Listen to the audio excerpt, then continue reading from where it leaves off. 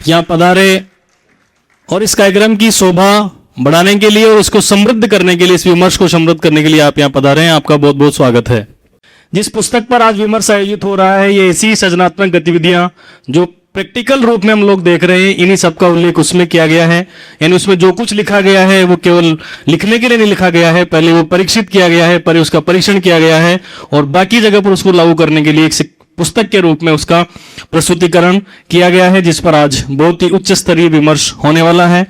हम सबका सौभाग्य है कि आज विभिन्न क्षेत्रों से पधारे हुए विद्वान आज इस पर चर्चा करेंगे और इन सबका परिचय देना एक तरह से सूरज को दिया दिखाने जैसा है। तो मैं एक ही लाइन में आप सबका परिचय संयुक्त रूप से दे देता हूं। आप जो इनको जानते हैं, कई लोगों ने टेलीविजन पे चेहरे देखे होंगे, खासतौर से ओम थानवी जी और संपत सरल जी का। तो आज इनको, कई लोग ऐसे हैं जिनको आज वास्तविकता में आज ही देखेंगे। तो इनके लिए एक ही दो ही लाइनों में सबका परिचय है कि ये वाणी के राजदूत हैं, सच पर मरने वाले हैं, डाकू को डाकू करने की हिम्मत रखने वाले हैं। तो आज ये मान के चलिए कि विमर्श है वो उच्च स्तरीय होगा और वास्तविक होगा। मैं कार्यक्रम को आगे संचालित करने के लिए आमंत्रित करता हूं श्री राजेंद्र मोहन शर्मा जी। आदरणीय, आप पधारें मंच पर और कार्यक्रम को आगे संचालित करें। श्री राजेंद्र मोहन शर्मा जी, सर बहुत बहुत स्वागत आपका। नमस्कार। आज का एक अभूतपूर्व और ऐतिहासिक कार्यक्रम हम यहाँ आयोजित करने के लिए एकत्रित हुए हैं और सृजनात्मक शिक्षा के विमर्श के लिए जो स्लोगन आप देख रहे हैं, शिक्षा बदलेगी और दुनिया बदलेगी, उस नारे को हम अभिभूत होते हुए, उसको क्रियान्वित होते हुए आज देखना यहाँ पसंद करेंगे। पुस्तक लोकार्पण तो एक प्रक्रिया मात्र है, दरअसल में एक गहन विमर्श और एक चर्चा के माध्यम से आज एक हम संदेश देने की कोशिश करेंगे, सुनने की कोशिश करेंगे हमारे प्रबुद्ध जनों को। मैं आमंत्रित कर रहा हूं हमारे अतिथियों को कि वे कृपया मंच पर पधारें। आदरणीय BM शर्मा साहब, आदरणीय हेतु भारद्वाज जी, आदरणीय नंद भारद्वाज जी, नरेश दादी साहब, माननीय ओम थानवी साहब, अशोक जी, महेश्वरी साहब, आप कृपया मंच पर पधारें। आइए सर। सृजनात्मक शिक्षा पर बात आरंभ करें उससे पहले हम अपने अतिथियों से निवेदन करना चाहेंगे कि वे कृपया पधारें और दीप प्रज्वलन के साथ हम इस आयोजन का आगाज करेंगे। माननीय थानवी साहब, दादी साहब, शर्मा साहब, आप सबसे निवेदन है इस दिए की लो में सूरज को ढाला जाएगा, इस दिए की लो में सूरज को ढाला जाएगा, देख लेना इसका उजाला दूर तक जाएगा। जोरदार तालियों के साथ अभिनंदन और स्वागत।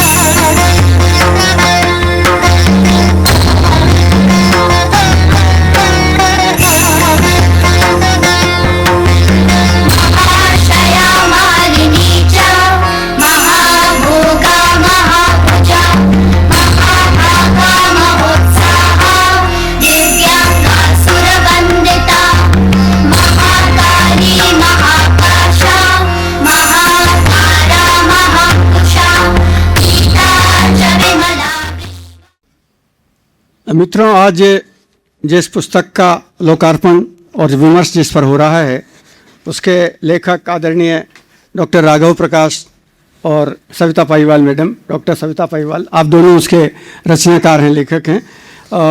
हम अपने अतिथियों का सम्मान करें, लेकिन मैं उससे पहले राघव प्रकाश जी का परिचय आपके सामने रखना चाहता हूं, ताकि उस पुस्तक की भूमिका को आप समझ सकें कि हम जिस पर पुस्तक पर बात करने जा रहे हैं उसके रचनाकार कैसे हैं। राघव प्रकाश जी हिंदी भाषा और व्याकरण के क्षेत्र में देश के दिग्गज शिक्षक के रूप में जाने जाते हैं और उस पर कहने की आवश्यकता नहीं कि उनकी लिखी हुई पुस्तक, व्याकरण की जो पुस्तक है, उसने देश में कीर्तिमान स्थापित किया है। और देश में ऐसे अनुभव आप सभी के सामने रहे होंगे जिस व्याकरण को पढ़कर, उस पुस्तक को पढ़कर प्रतियोगी परीक्षाओं में अनेक लोगों ने सफलता के कीर्तिमान बनाए हैं और IAS, RAS के पदों को छुआ है। आपने जो शिक्षक के रूप में दूरगामी अनुभव प्राप्त किए और पिछले 60 दशक में जो अनुभव प्राप्त किए थे, एक पुस्तक को लिखना और पुस्तक पर बात करना, मैं चूंकि शिक्षक हूँ, गीजू भाई के बाद, गीजू भाई गुजरात के सभी जानते हैं शिक्षक थे और जिन्होंने बहुत ज़बरदस्त किताब लिखी थी। गीजू भाई के बाद अगर किसी पुस्तक को पढ़कर आपको उद्वेलित होने का अवसर मिलेगा और किसी पुस्तक के साथ आप जुड़कर यह अनुभव करेंगे कि इस पुस्तक के माध्यम से दुनिया कैसे बदली जा सकती है और उसका स्वरूप क्या है, शिक्षा के सामने चुनौतियां क्या हैं और शिक्षा का संदर्भ क्या है, ये सब जानने और समझने का अगर अवसर मिलेगा तो वो आपको इस पुस्तक के माध्यम से, इसके माध्यम से मिलेगा। अभी मेरे पूर्व साथी कह रहे थे कि इसमें सारे स्टेक होल्डर्स का समावेश किया गया। बिल्कुल सच है, क्योंकि लेखक दो तरह के होते हैं। एक कल्पना में, जो कल्पना की दुनिया में अपने चित्र बनाते हैं और चित्र बनाने के बाद शब्दों के सांचे में ढालकर उसको एक आकार देते हैं, और एक लेखक वो होता है जो जीवन की यात्रा से गुजरता है, जो उसको अनुभव करता है और अनुभव करने के बाद उसे शब्दों के सांचे में ढालने का काम करता है। डॉक्टर राघव प्रकाश द्वारा लिखित पुस्तक शिक्षा में सृजन का जो काम हुआ वो कुछ ऐसा ही काम हुआ है। और 3 लोग ऐसे हैं जिन्हें इस किताब के नाभि काल से जुड़ने का, पढ़ने का अवसर मिला था। उनमें हेतु भारद्वाज जी नंबर 1 पर हैं, जिन्होंने उसको प्रारंभिक तौर पर पढ़ा। दूसरे नंबर पर डॉक्टर विष्णु दत्त शर्मा, जो यहाँ वाइस प्रिंसिपल हैं, उनको पढ़ने का मौका मिला। और तीसरा व्यक्ति मैं हूँ, जो मुझे इसके प्रकाशन से पूर्व पढ़ने का अवसर मिला था। तो लेखक के रचना कर्म को प्रकाशन से पूर्व जिसने पढ़ा है वो इस पीड़ा को घनीभूत होकर समझ सकता है। और कितने लंबे हमने परामर्श हुए होंगे, कितनी लंबी बातचीत हमारी इसके माध्यम से हुई होगी। परिष्कार कॉलेज के प्रणेता के रूप में, और आपने अगर स्लोगन पढ़ा होगा तो वहाँ होगा डिग्री, नौकरी और उसके बाद संस्कार। डिग्री प्लस नौकरी प्लस संस्कार, ये आपको स्लोगन अपने आप में ये बताने के लिए पर्याप्त है कि एक शिक्षक की अंतिम अभिलाषा क्या है। संस्कार युक्त समाज बने, चेतना युक्त देश बने, और ऐसे लोग इस देश का नेतृत्व करें जो समाज को दिशा दे सकें।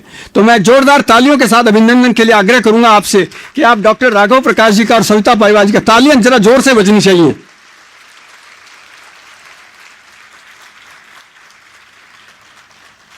आज हमारे आयोजन के मुख्य अतिथि पुरुषोत्तम अग्रवाल साहब, डॉक्टर पुरुषोत्तम अग्रवाल साहब, जो JNU के पूर्व प्रोफेसर और संघ लोक सेवा आयोग के पूर्व सदस्य, उनको उपस्थित होना था, लेकिन अनायास बीच में, कहते हैं ना कि दैवी दुर्योग भी बहुत सारी चीज़ों को व्यवधान पैदा करते हैं। वो कल जब चलने की तैयारी में थे, उसी समय उनकी पत्नी का स्वास्थ्य खराब हो गया और उन्हें ICU में एडमिट कराना पड़ा।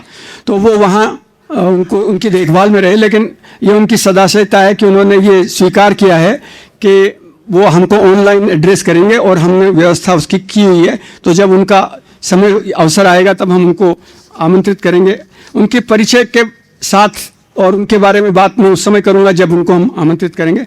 फिलहाल हमने अपने अतिथियों का स्वागत करने के लिए मैं निमंत्रित करूंगा आदरणीय राघव प्रकाश सर को कि वे आएँ और BM शर्मा साहब का स्वागत करें। आदरणीय राघव प्रकाश जी BM शर्मा साहब का स्वागत करें।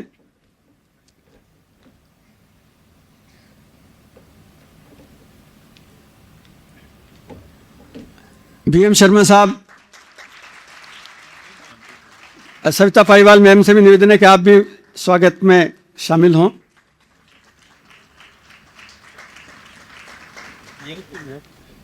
कोटा ओपन विश्वविद्यालय के पूर्व कुलपति, प्रख्यात गांधीवादी लेखक, चिंतक, कवि, मेरे मित्र आदरणीय नरेश दाजी साहब का स्वागत करने के लिए मैं डॉक्टर सविता पालीवाल से निवेदन करूंगा कि वे पधारें और उनका स्वागत करें। जोरदार तालियों के साथ अभिनंदन और स्वागत। इससे पूर्व भी हम जिनका स्वागत कर चुके हैं वे भी दो कोटा के कुलपति एक साथ मौजूद हैं। ओम थानवी साहब का जोरदार तालियों के साथ अभिनंदन और स्वागत है। डॉक्टर शिखा पालीवाल मैडम से आग्रह करूंगा कि वे आए। आदरणीय हेतु भारद्वाज जी का सम्मान करने के लिए मैं आमंत्रित कर रहा हूं डॉक्टर किरण शर्मा को, जो उपप्राचार्य परिष्कार कॉलेज की वे आए और उनका अभिनंदन और स्वागत करें।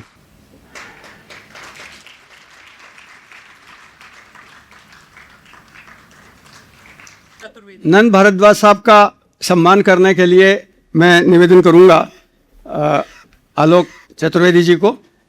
प्रख्यात साहित्यकार हैं, बिहारी पुरस्कार से सम्मानित हैं, लेखक और साहित्य की दुनिया के चमकते सितारे हैं। जोरदार अभिनंदन और स्वागत।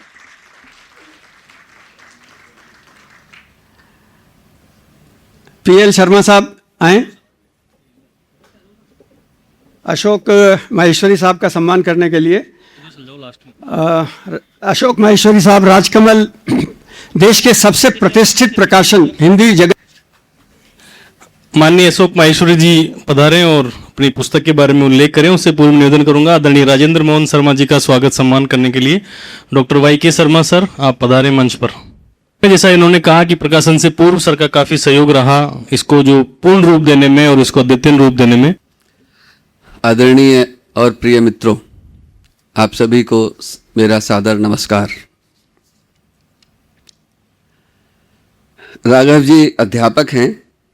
इतना बड़ा संस्थान खड़ा कर देने के बाद भी ये प्रथमतः और स्वभावतः अध्यापक ही हैं।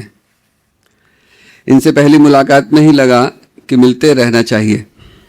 पहली बार जब ये राजकमल आए थे तब राघव जी, श्रीमती सविता पालीवाल और उनके दोनों बेटे साथ थे। कई बार चारों से साथ ही मिलना हुआ। मेरे पिता और दादाजी भी अध्यापक थे। आजकल अध्यापक बने रहना बड़ी बात है। यह स्वभाव का मामला है कि आप रिटायरमेंट के बाद बड़े बड़े संस्थानों में बड़े बड़े पदों पर रहने के बाद, विशाल संस्थान खड़ा कर देने के बाद भी अपने आचरण में, व्यवहार में अध्यापक बने रह पाएं। जुड़ाव का पहला और सबसे बड़ा कारण तो मुझे यही लगता है। राघव प्रकाश जी आज भी विद्यार्थियों के साथ समय बिताते हैं और उनके विकास में, उनकी समस्याओं के समाधान में रुचि लेते हैं। पुरुषोत्तम अग्रवाल जी भी ऐसे ही हैं। विद्यार्थियों के साथ इनका प्रेम और भाईचारा देखकर अच्छा लगता है। राघव प्रकाश जी बहुत वरिष्ठ हैं। इनकी आयु 80 के आसपास होगी। आज भी ये मेहनत से, यात्रा से पीछे नहीं हटते। इसका एक बड़ा उदाहरण आज जारी हो रही पुस्तक सृजनात्मक शिक्षा है। इसकी पांडुलिपि जब हमें मिली तब यह अपने आप में पूर्ण थी। इसे उस रूप में भी प्रकाशित किया जा सकता था, लेकिन पुस्तक और अधिक उपयोगी कैसे हो यह राघव जी की चिंता में शामिल था। हमने इनके सामने कुछ शिक्षाविदों की राय इस पर लेने का प्रस्ताव रखा।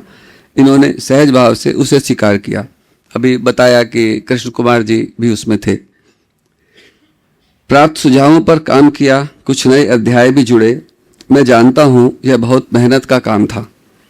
व्यस्त दिनचर्या से इसके लिए समय निकालना कितना कठिन रहा होगा मैं अनुमान लगा सकता हूँ। पर राघव प्रकाश जी ने ऐसा किया। इसमें 1 वर्ष से अधिक का समय लगा। पुस्तक का आकार दुगना हो गया। मुझे लगता है कि एक अच्छे अध्यापक के लिए अच्छा विद्यार्थी बने रहना जरूरी होता है। राघव प्रकाश जी ने फिर से यह साबित किया। शिक्षा पर हजारों किताबें प्रकाशित हो चुकी है। राजकमल प्रकाशन समूह ने भी शिक्षा विषयक अनेक पुस्तकों का प्रकाशन किया है। सृजनात्मक शिक्षा का प्रकाशन हमारे लिए संतोष की बात है। आशा है आप सभी इसे पढ़ेंगे और अपनी राय से हमें अवगत कराएंगे।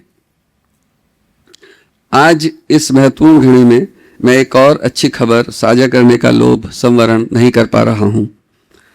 हम जल्दी ही जाने माने शिक्षाविद गीजू भाई की रचनावली का प्रकाशन कर रहे हैं। इसका संपादन श्री राजाराम भादु ने किया है। गीजू भाई के शिक्षा कर्म पर भादु जी की एक और मुकम्मल पुस्तक भी प्रकाशनाधीन है।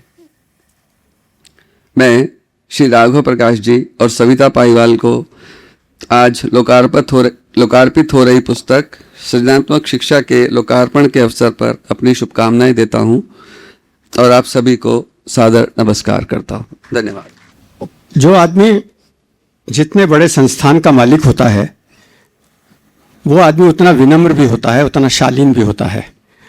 और इसकी हमने प्रत्यक्ष अनुभूति की अभी अशोक माहेश्वरी जी को सुनते हुए।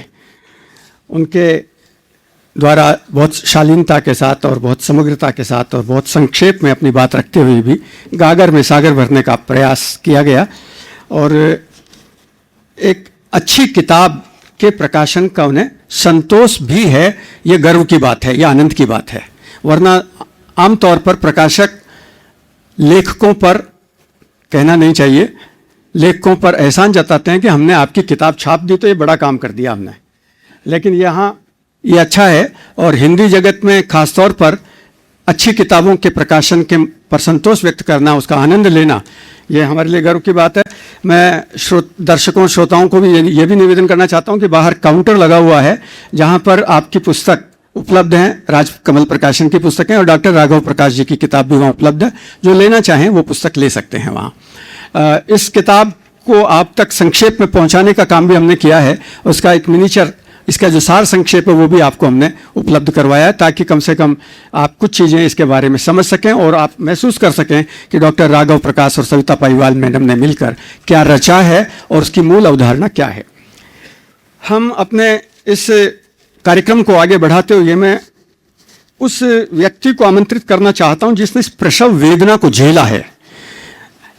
क्योंकि कहते हैं ना कि लगातार जब कोई लिखता है लेखक तो उसके मन में जो पीड़ा होती है, उसके मन में जो दर्द होता है, उसके मन में जो भाव होता है, उसको शब्दों में उतारना एक न केवल दुरूह कार्य है, बल्कि अपने आवेगों पर और अपनी भावनाओं को नियंत्रित करते हुए उसको लिखना, समेटना और कोई बात छूटे नहीं, कोई बात बचे नहीं। इस सब को कैसे किया जा सकता है, इसको देखने के लिए, इसका अनुभव करने के लिए सबसे अच्छे लेखक के रूप में, सबसे अच्छे वक्ता के रूप में जाने जाते हैं, विद्वान व्यक्ति के रूप में जाने जाते हैं, जो डॉक्टर राघव प्रकाश जी से मैं आग्रह करूंगा कि वे जोरदार तालियों के साथ एक बार उनका अभिनंदन कर दें आप। मंच पर आसीन प्रोफेसर बीएम शर्मा साहब। बीएम शर्मा साहब मेरे जीवन में बहुत महत्वपूर्ण हैं। जब परिष्कार कोचिंग शुरू की तो आपके द्वारा उसका उद्घाटन हुआ। जब परिष्कार कॉलेज शुरू किया तो उसकी ओपनिंग आपने की।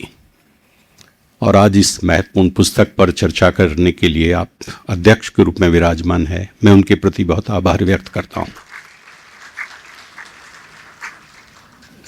करीब 30 साल पहले यूं बहुत उत्साह के साथ प्रोफेसर नरेश दादीज परिष्कार कोचिंग इंस्टीट्यूट में आए और कहा कि मैंने रोल्स रॉयस पर न्याय पे एक पुस्तक लिखी, आप देखिएगा।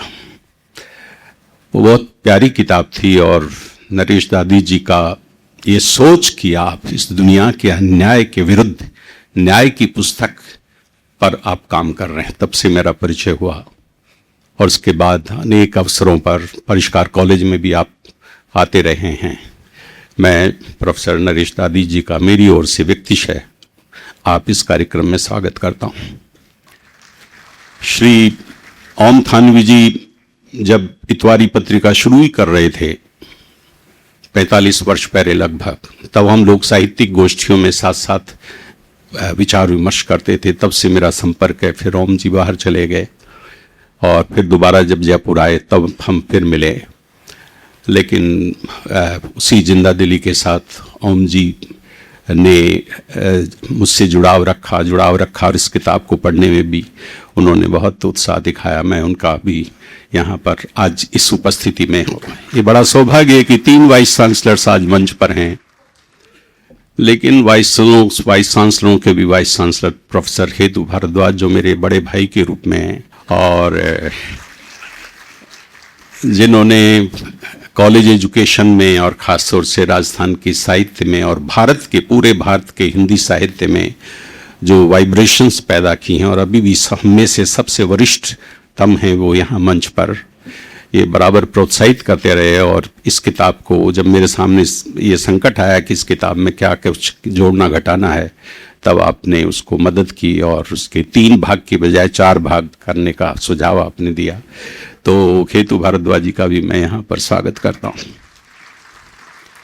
नंद भारद्वाज और हम साथ साथ एमए कर रहे थे और नंद जी के तेवर मैंने तभी से देखने शुरू किए थे। गांव का लड़का, मैं भी गांव का लड़का, और गांव की संवेदना को साथ लेकर के जो संघर्ष कविता के रूप में, साहित्य के रूप में प्रकट हो रहा था 1970 में, तब से 1970 से आज 56 वर्ष हो गए हैं।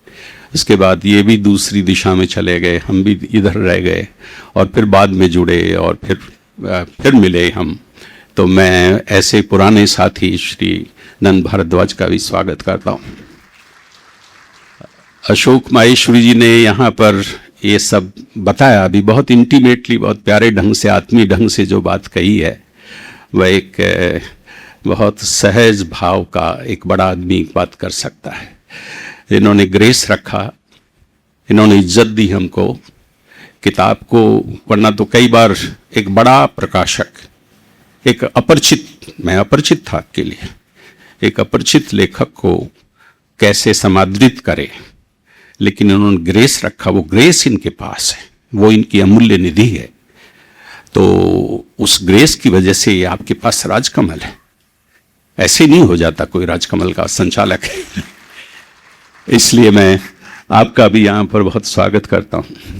हमारे श्री राजेंद्र मोहन जी जुड़े रहे और परिष्कार कॉलेज में भी आप कुछ दिनों रजिस्ट्रार के रूप में रहे, और इस किताब को इन्होंने देखा, किया, पढ़ा, और ये झटपट आपके लिए 16 पेज की एक पुस्तिका भी आपके उपलब्ध करा दी।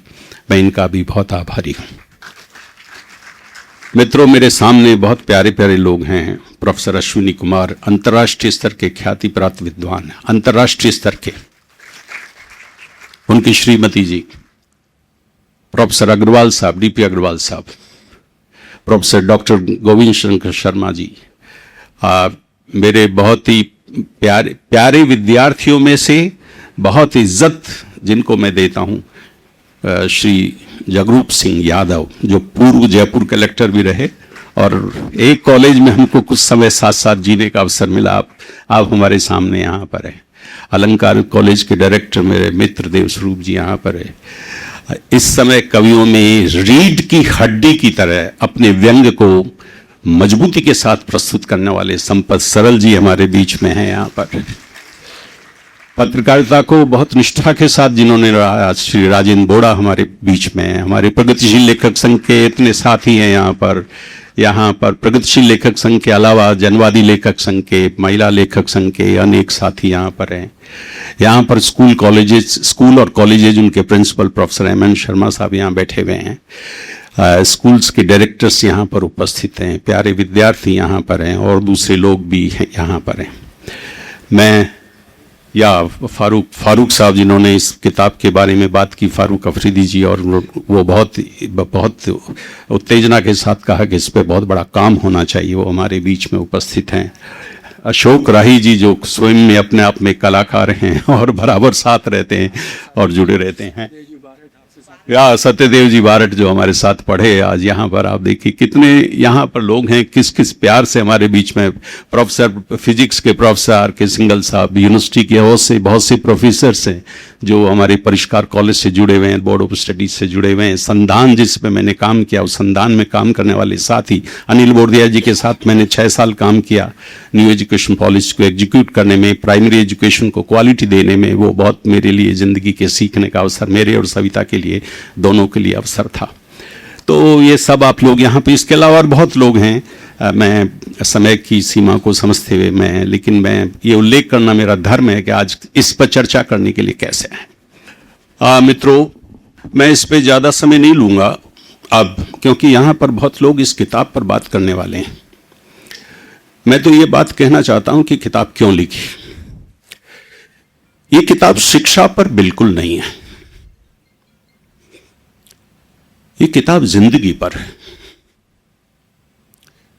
क्योंकि शिक्षा के लिए नहीं होती, शिक्षा जिंदगी के लिए होती है। और मैं काफी अरसे से, क्योंकि मैं 78 ईयर्स में गुजर रहा हूं, मैंने प्रधानमंत्री नेहरू को, उनको सुना है मैंने 64 में। उसके बाद लाल बहादुर शास्त्री को यहां सुना, फिर इंदिरा गांधी और दूसरे सारे राजनेताओं को सुनाई है। मेरे दादा जब हासिल नहीं दे पाते थे तो उनको चौड़ी खाट के ऊपर खड़ा कर दिया जाता था, काठ पर दिन भर खड़े रहते थे, और क्योंकि वो हासिल नहीं दे पाते थे,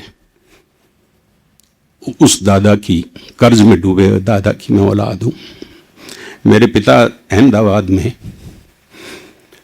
ठेली खींच करके काम करते थे, जिंदगी भर वो काम किया उन्होंने, मैं उनकी औलाद हूं।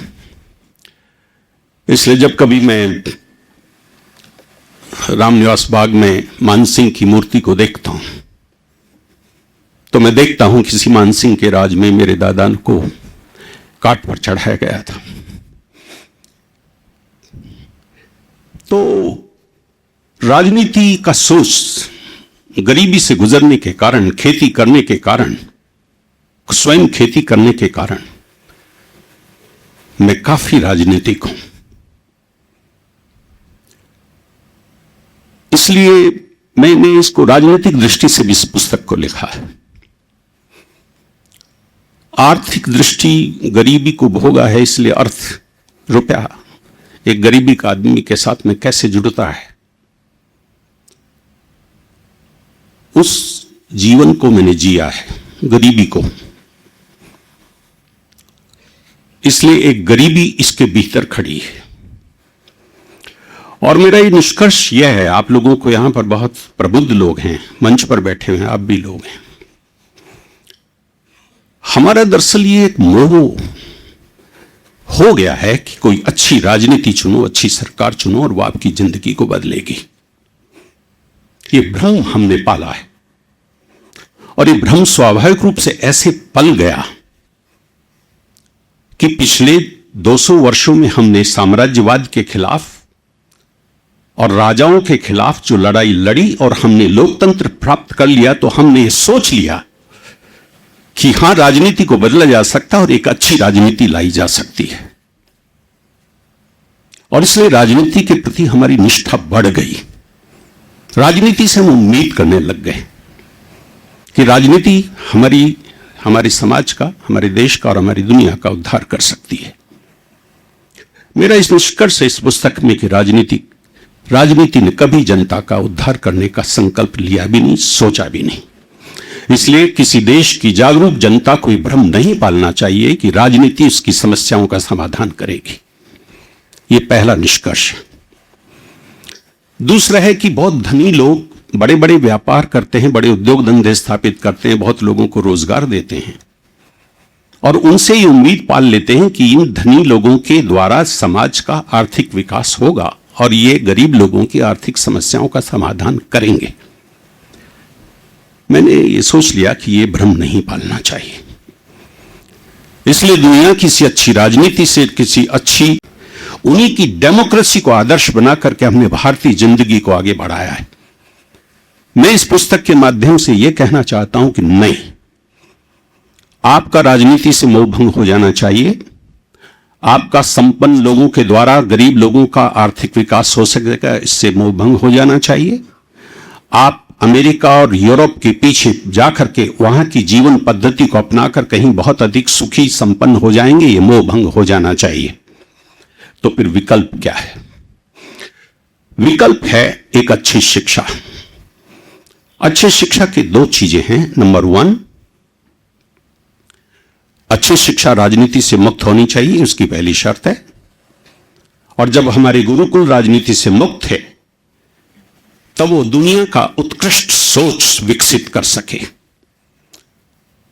जो राजनीति अपने अपने राज्यों में बटी रहती है उससे मुक्त होकर के वसुधा को कुटुंब मानने का सोच, ये राजनेता का सोच नहीं है, ये हमारे ऋषियों का सोच है और वो बड़ा सोच है।